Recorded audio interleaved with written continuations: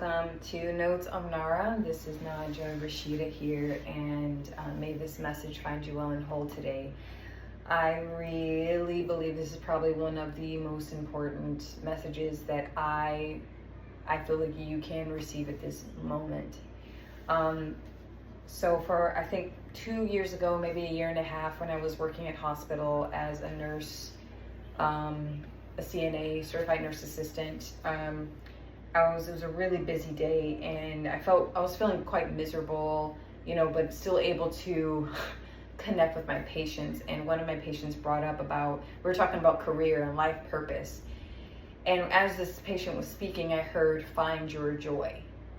And ever since that day, this phrase just keeps moving around my energy field, like periodically. It's something else. And all I heard this past year was, "Find your joy, find your joy, find your joy." And now that I'm embarking on a creative life, as co-creator in my life, no longer being, forcing myself to do things that make me feel numb and make me feel disconnected from myself. I started asking myself, what would my life feel like if I were to create the joy, right? And so I don't know if I've shared this with you or if I've talked about this yet on this channel, but attachment, non-attachment. I came across that word back in 2011. I believe 2011. I read the 7 Spiritual Laws of Success by Deepak Chopra, and one of the laws was non-attachment. And it always stuck with me, that specific law. And a lot of the time we will find ourselves where we'll attach ourselves to people, to love interests, to new hobbies, to new career paths, anything that's new, that brings about strangeness and mystery, mysticism even. We attach. Our egos attach to that thing. And what I'm going to bring up today is how we should focus more on the experience and less about the attachment. You must understand that anything that we attach ourselves to will disappoint us. Anyone that we attach ourselves to, we will lose. And you can say, well, wow, Naja Rashida, that's pretty dark, that's pretty negative. What do you mean by loss and disappointment? Think about it. If you attach yourself to a marriage, meaning attachment, meaning you identify with it, it is part of you, you eat it, you think it, you drink it, you exist because of it, and then all of a sudden that marriage dissipates. Whether that's a marriage to a job, a career, a lover, any kind of sense of purpose, right? If you think of, let's say, a marriage between a man and woman, and it's a 30, 35, 40-year marriage, okay? A very good marriage, balanced marriage, ups and downs, but they're both pretty happy. Towards the end of their life, one of them passes away. And it's always it's a very painful experience, right? The overall attachment, and it's very natural to attach. It's very natural. I think it's part of our biological genetic programming, because we have the mother and the child, right? We have sexual intercourse, right? These acts, these very human and natural organic acts, create human bond between two people, between families, between communities, between nations in the world. It's very, very important, right? However, my point was with the marriage is that you have a spouse that loses a spouse in some point in time, either through divorce or death. Okay, they take vows so many decades early in their marriage, on the wedding day, I will be with you until death do us part. And when death comes, that's when that attachment, detachment, non-attachment thing comes into play full force. It's heart-wrenching, it's gut-wrenching. You feel lost, you feel disappointment. That is it's a very strong example of what I mean when it comes to our emotional, psychological, psychic, mental, physical attachment to what should just be human experience.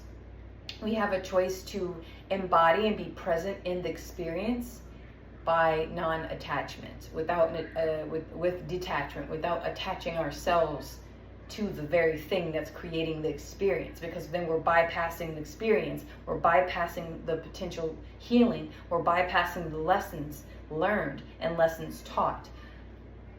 That's very dangerous. That's why you have moments where the cycles and seasons where you'll have certain experiences repeat themselves. Like, didn't I just meet this type of personality at this other job that didn't work out so well? Didn't I just get out of a relationship that was going this way? Didn't I just leave a religious cult? Right? Didn't I just, and it keeps playing out over and over and over again because of the detachments, or because of the attachments, because of the energy cords, not the experience. So when things keep repeating themselves over and over again, and you're wondering, haven't I healed? Why do I feel like I'm not healing, and why do I feel like I'm not getting anywhere? It's because of your attachment to it. You're bypassing the actual experience.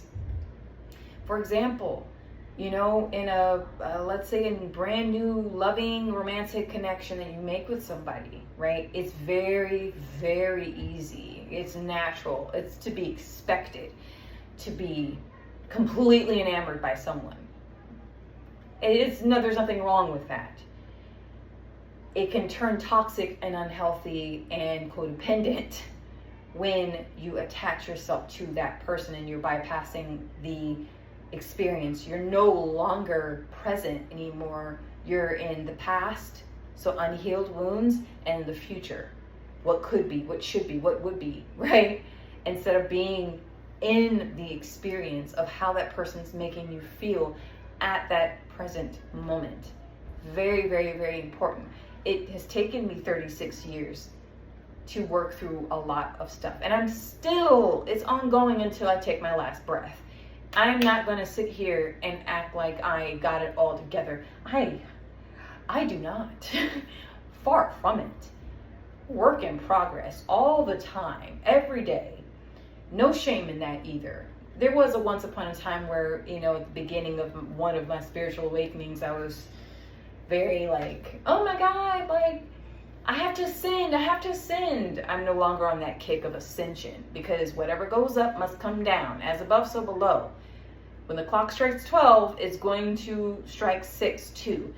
It's not about ascending and going as high, because if you go that high, you're going to have to be able to handle you're going to be able to handle the fall. Yeah.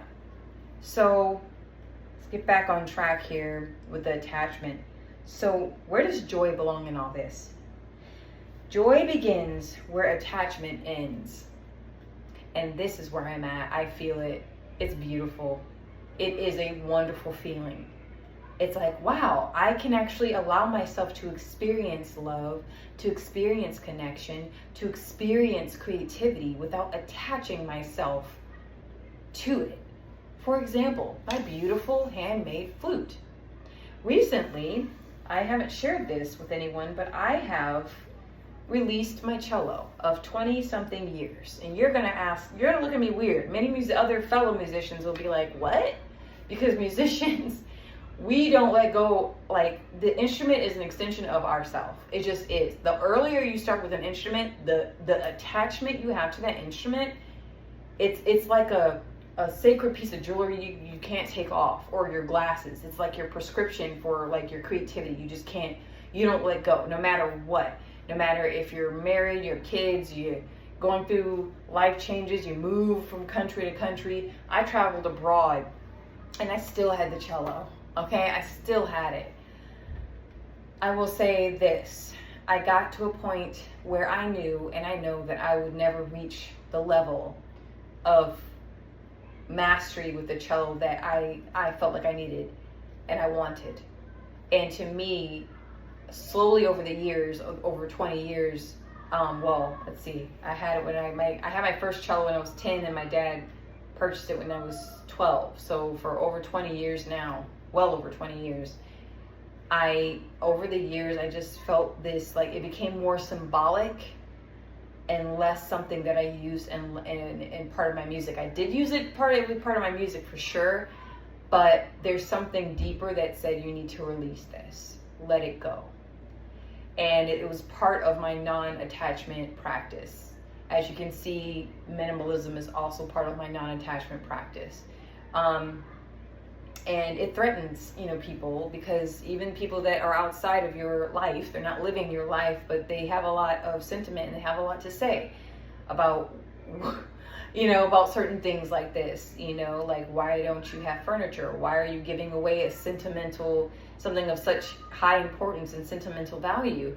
And you have to be solid and centered within yourself enough to say, I'm not doing it for you, I'm doing it for myself. And so with this, I felt lighter when I gave away my very old cello. And when I say old, guys, inside the body of the cello, there's a post that holds the face and the back of the body of the cello, the wooden part. Mine was factory made. My dad spent, for wooden instruments, for string instruments, orchestral instruments, they can get up into the thousands of dollars. Mine, it wasn't thousands of dollars, but it was definitely over $1,000 at the time. The value of it is definitely on the decline because it was made in the factory. And now I'm trying to justify. It survived so many breaks. One of the neck broke. And then there was a luthier that put it back together.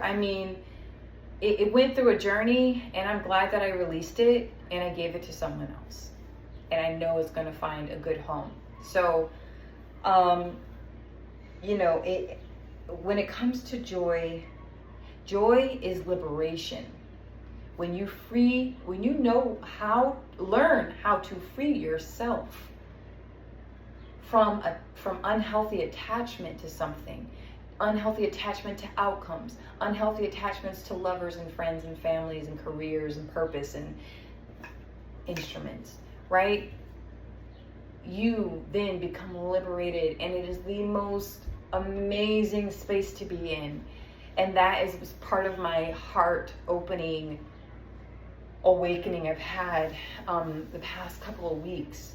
Now I'm beginning to really feel what joy is. It truly is liberating yourself from attachment. Practicing non-attachment is crucial. So yes, allow yourself to experience the brand new relationship or the brand new friendship without choking it to death, right? Allow connections to expand and evolve. Embrace the experience. Allow it to expand when it needs to breathe so that it can evolve itself. I've had to learn, especially with platonic, romantic relationships in my life, really hard lessons. Codependency, woo, for those of you who know about this and are aware of it and you're on that you're recovering, because it's an ongoing practice. You always have to stay on alert of codependent tendencies, right? And very early on, and when in my early 20s, 19, 20, it kicked off. It's like you make that your world. It's almost like if I became so obsessive about my music, and this is what I meant a few months ago with my approach to my music. It's less technical now. It's less of I need to choke the mess out of this and be so focused and so driven to become the best sound healer ever. That's not the point. The point is to create experience. That's it. Not how many views I can get, not how many people I can entertain in an audience, right? Or subscribers. It's about creating experience to allow people to feel presence, something greater that goes beyond my ego, my own self. That to me is the purpose of my music. That to me is the voice of my music, is liberation, not this chokehold that I used to have. Because classical music, that's studying opera, very highly, highly, highly technical. Very little room for error and focus on accuracy all the time. But it definitely was an amazing experience. So yes, joy begins when attachment ends. When you choose to just let go. Let it go. Let it breathe. Let yourself breathe. My dad always told me, because he was very much in the early 90s, very much involved in NA.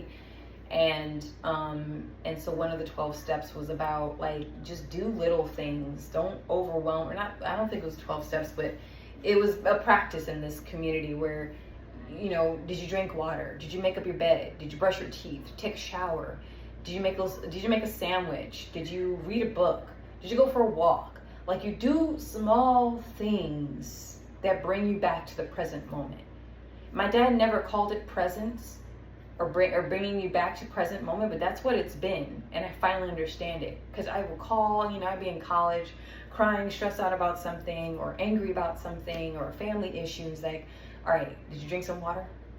I'm like, what are you talking about? Go drink some water. Okay, did you drink water? Yeah, I drank some water. Okay, good. All right, did you make up your bed? What? How can I make up my bed? I'm so stressed out. Okay, hang up the phone, call me in 15 minutes, go clean up your room, go make up your bed. Like, really simple things. You do little things, and it helps to bring you back into the present. Because the present is a gift. It's the now. Be here now. We cannot be anywhere other than here. Wherever you go, there you are, right? We're here. In this moment, when you read or when you're watching this recording, you're watching at a specific moment in time. Be present with what I'm saying.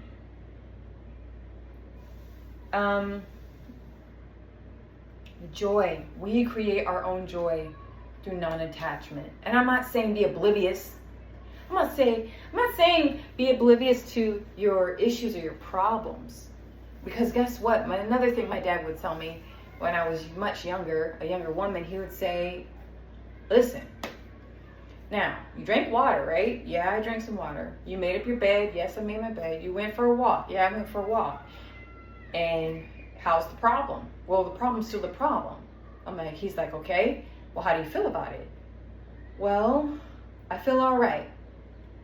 Because here's the thing, when you bring yourself back to the present moment, and then you look at what your ego was attached to, what you were attached to, it doesn't have a stronghold on you. You don't have a stronghold on it anymore. You can actually take a step back and say, okay, that's a problem. Eventually, the problem's going to resolve itself, or it's going to be resolved somehow. The outcome, I have no idea. That's out of my hands. And I'm going to have to be a spectator, or I'm going to have to just roll with the punches. But this too shall pass. But that joy, that feeling of like, why am I stressing out about this again? Why should I be worried about this? Because of ego. Ego wants something. Ego thinks that if I can't have it, then all is for naught, and all will perish and fall apart and burn, and I will have nothing but despair, suffering, and loss and disappointment. That's ego. Ego's playing a game with you. I want to win. I want to be the best. I want that certificate. I want that certificate of completion. I want that grad degree. I want the money. I want. It's like, ugh. How much presence is in all that wanting? How much presence is in the ego? Because ego loves the past, and it loves the future. It's a bit leery when it comes to the present moment, because it doesn't have a lot of attachment. This is why I practice this flute. Not just because it sounds pretty, not because it's a simplified instrument, which actually the flute, if you want to get real technical with, is one of the hardest instruments to learn, or not to learn, but to play. This one has 5 holes. Definitely want to invest in more of those. It's just phenomenal. It does something to me. It's so magical. You're using your own prana energy, your own breath, and it brings you down right back to the present. I don't have sheet music in front of me. I'm not memorizing the rhythms or tempos or dynamics. None of that. Yes, you do want the simple techniques of how to, play and how to hold and how to blow, but, I'm not mastering a book load of music. No, I don't want to approach that. I still write music, I still compose, pieces, but my approach is just a bit more medicinal and more in flow, rather than choking and suffocating that channel of creativity. When you invoke joy into your present, in the present moment, you liberate yourself. Choose to liberate yourself. Let go of the outcome. Let go. There's nothing there, only here, right? There's nothing there. Attachments become illusion. Attachments become idealistic. Attachments you begin to put on a pedestal above you. It's like a god you're looking up, and that illusion, that idol is looking down at you. But it is of your own making. The disappointment is of your own making, because you're attaching yourself to something that you don't need to attach yourself to. You're putting all that power instead of actually being present in the one true experience that is meant for you in this exact moment, and no other moment than this moment. Especially when you meet someone brand new. Oh my God, we're going to be best friends forever. Or we're going to be lovers. This is going to be. See? No, allow it to just be. Allow the love that you feel for another. I will say this too, and then I'm going to end, because this is so important. I feel it in my heart to say it. In the modern dating, for the love of God, I don't know where to start. I typically don't date. I do not date people. I stopped this back in 2016. Okay, meaning I do not go out and actively seek potential partners. I don't do it. I literally allow chance. You call it fate, destiny.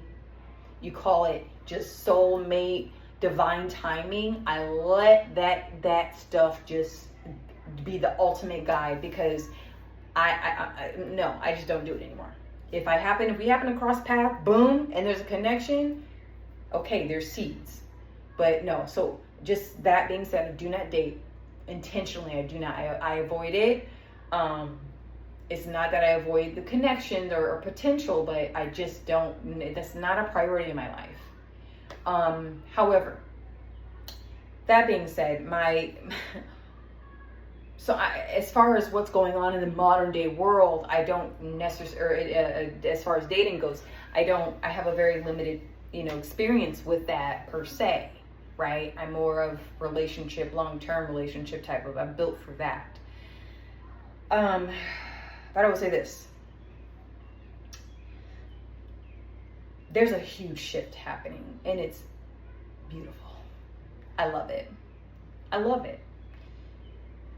Things are moving and shifting in ways that I see has made the majority of the collective uncomfortable.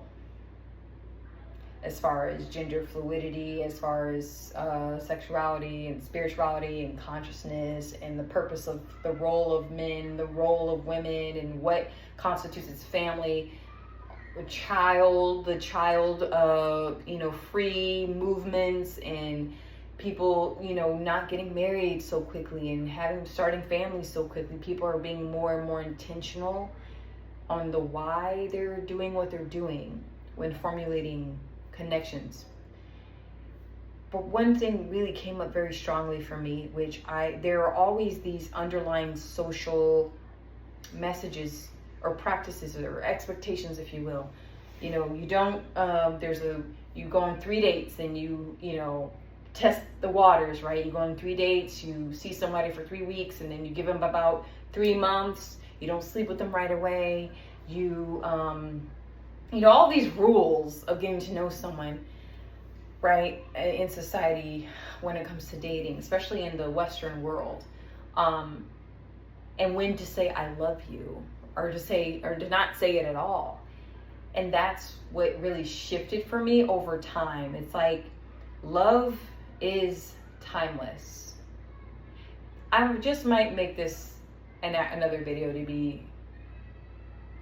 to be honest. I think I just might make this a different video, because I don't want to get too off the path of joy, of liberating yourself. That is the main message in this. But just as, I guess, to wrap it up, I'll say this. You know, if you feel a strong sentiment towards someone, especially if it's positive, like love, say it. Oh, I love them, but I want to wait until like 3 months from now, or 7 months from now, or 10 months, or 2 years into the relationship. Say it. Love is boundless. Love is timeless. Love is eternal, and it is eternity. It is infinity.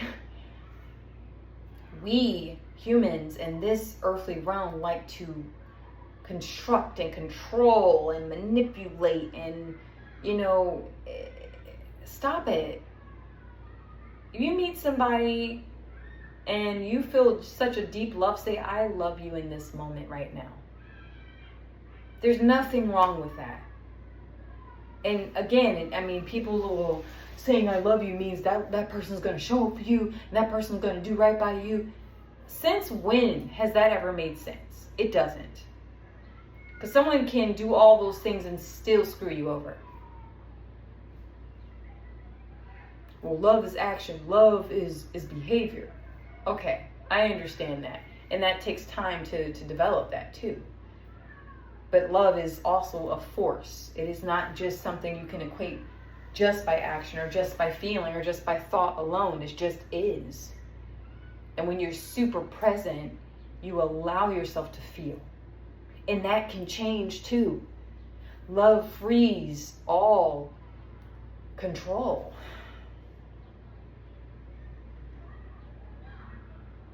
That's how when you're feeling, or when you're in the high frequency of joy, that's when love can flow in. So again, joy begins when attachment ends, and love can then come in. Thank you so much for tuning in. I will close out with a song. May this message find you well and whole. Thank you.